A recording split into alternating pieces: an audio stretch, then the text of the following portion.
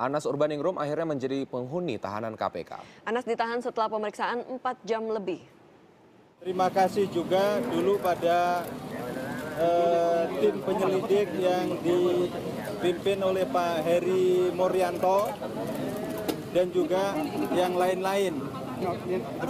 Di atas segalanya tentu saya terima kasih yang besar pada Pak SBY. Mudah-mudahan peristiwa ini punya arti,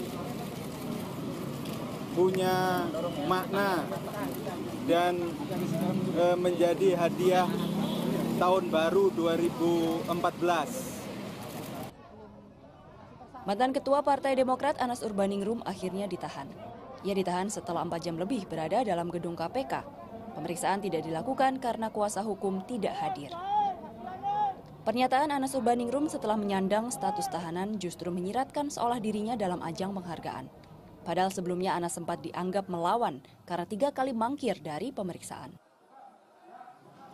Sebenarnya yang bersangkutan kemarin itu mau hadir dalam pemeriksaan, tapi oleh salah satu lawyernya atau oleh beberapa lawyernya disarankan untuk tidak hadir. Ini pengakuan saudara AU ya kepada penyidik. Sejak Juli tahun lalu KPK berencana memeriksa Anas terkait kasus proyek Hambalang. Proyek yang menurut BPK merugikan negara hingga 463 miliar rupiah. Mantan Wakil Direktur Keuangan Grup Permai Yuliani sempat menyebut putra bungsu Presiden Edi Baskoro Yudhoyono ikut menikmati uang Hambalang. Soal memeriksa saudara Edi Baskoro, itu tentu tergantung juga sejauh mana saudara Anas Urbaningrum memberi keterangan juga kepada penyidik KPK. Kalau Anas bicara soal hal yang berkaitan dengan saudara Edi Baskoro, tentu bisa saja nanti penyidik kalau ya ini tapi jangan dipotong. Kalau keterangannya itu tidak asal keterangan, tetapi didukung oleh bukti-bukti pendukung. Sementara mantan Wakil Presiden Yusuf Kala menilai penahanan Anas sebagai hal yang wajar.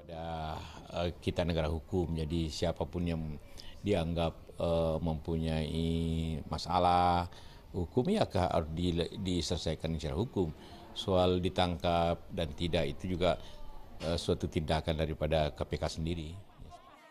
20 hari ke depan Anas akan mendekam di rumah tahanan KPK, sementara penyidik KPK menyelesaikan berkas untuk penuntutan.